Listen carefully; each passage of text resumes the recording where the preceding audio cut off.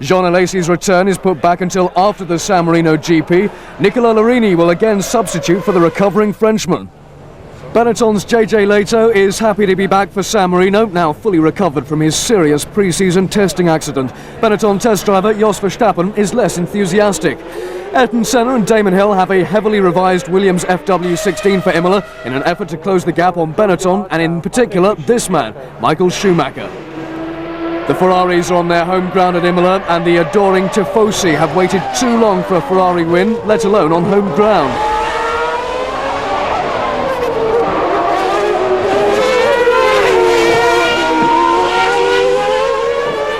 Senna, pleased with the revised aerodynamic package of the Williams, sets a provisional pole position lap of 1 minute 21.548 seconds during Friday afternoon's official qualifying.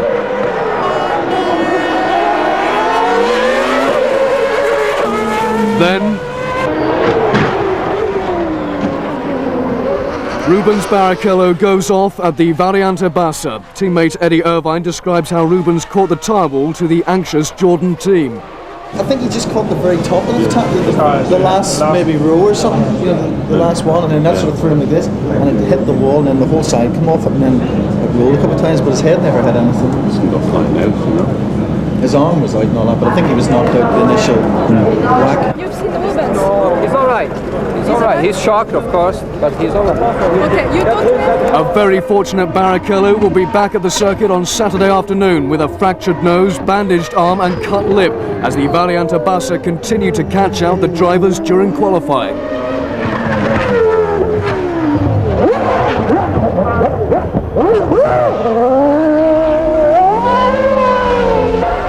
Saturday, Schumacher is intent on closing the gap to Senna's provisional pole time, and 3 laps sees him within 0.3 of a second.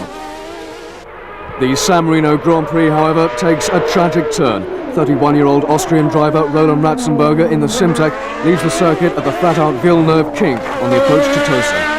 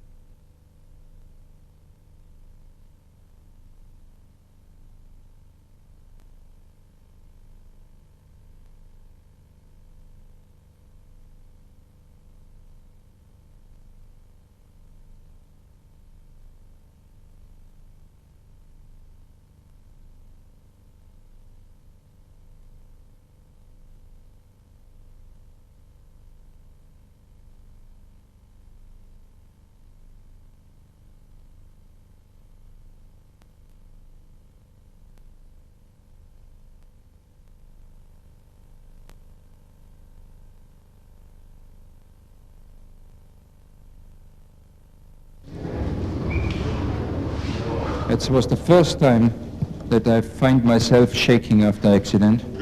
I was sitting in the car, I watched it on the monitor, and when they start to put him out of the car, I could see that it's going to be very, very bad.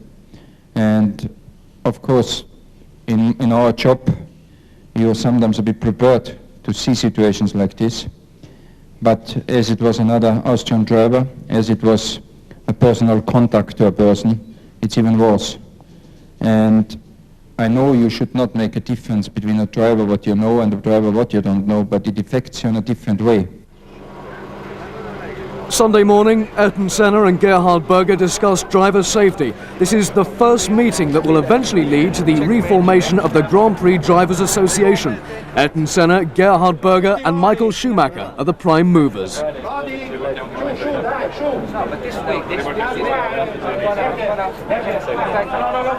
Then we fix. Yeah. We're already in here now for the speed limit for Monaco. Yeah. With Ratzenberger's accident still uppermost in everyone's minds, the cars duly line up for the race. Bravely, David Brabham and the Simtek team choose to continue.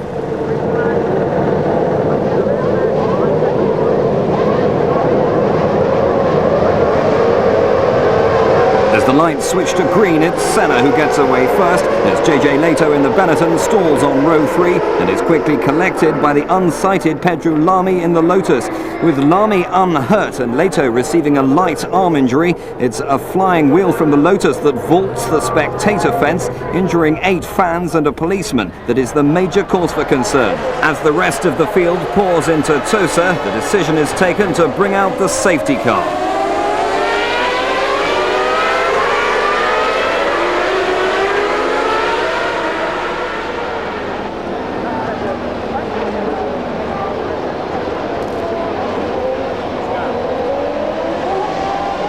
Picking up the cars at the start of the second lap, the safety car controls the field until the end of lap 5, whilst the marshals clear the wreckage from the start line. The safety car having peeled off into the pit lane, we rejoin the race at the start of lap 6, with Schumacher a close second behind Senna. Through Tamburello, sparks fly from the rear end of the Williams, and we join Ayrton Senna on board for what would be his last lap.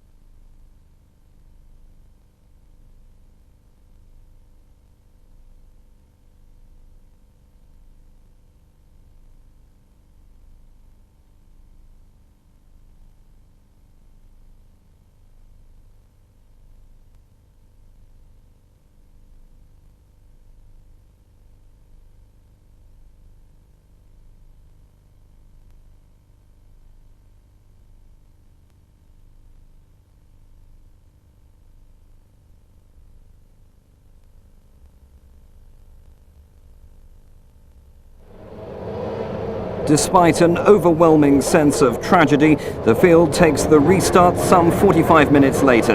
At this stage, the true gravity of Senna's situation is unknown.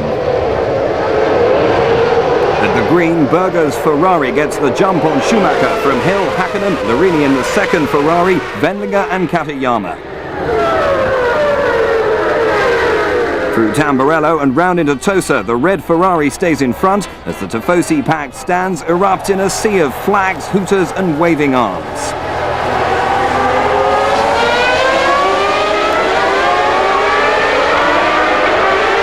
Their joy would last for 10 laps, when a mistake on the exit of Acqua Minerale would be all that Schumacher needed to take back the lead.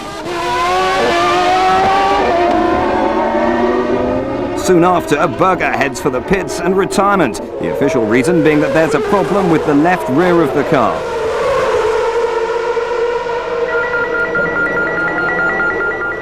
The San Marino Grand Prix would have one more nasty twist. Michele Alboretto's Minardi loses its right rear wheel as he leaves the pit lane following his second stop. The flying wheel knocks down 3 Ferrari mechanics and 1 from Lotus. All are injured, but none seriously. Oblivious to it all, Schumacher leads from Nicola Larini's Ferrari, and Mika Häkkinen now in third in the McLaren Peugeot. Rounding out the final top 6 places to the flag are Wendlinger, Katayama and Damon Hill. A somber Michael Schumacher speaks afterwards. What happened this weekend, never have seen something like this. Not just one thing, so many things. The only thing I can say about this is I hope we learn from this. I think there is a lot to learn from, and we have to use this. And things like this, they shouldn't happen without taking the experience from it. And perhaps spare a thought for second place, Nicola Larini. I'm happy with my result. This is my best result in my career, and could be the last one because next race Alesi will take his car, and but I'm happy for the other things. The FIA is quick to issue a statement following the tragic accidents at San Marino.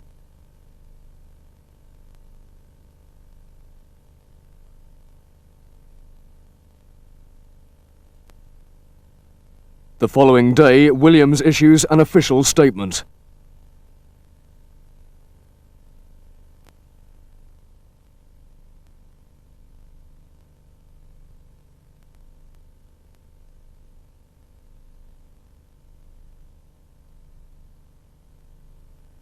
The FIA announces a new pit lane speed limit of 50 miles an hour and will tighten the entrance and exits of the pit lanes. Severe penalties will be imposed on any driver breaking the speed limit.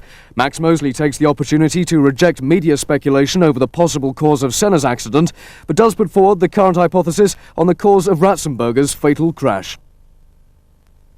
A state funeral is held in honour of Ayrton Senna on Thursday, May 5th. It follows 3 days of official mourning. Nearly 1 million grieving Brazilians watch the funeral procession. As a mark of respect, both Williams and Simtek only enter 1 car each for Monaco.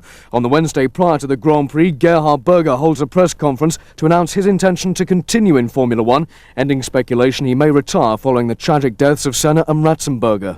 I earned good money, I was driving in good teams, I was winning races, I had pole positions and the quickest lap. I've nothing, basically not a lot to prove.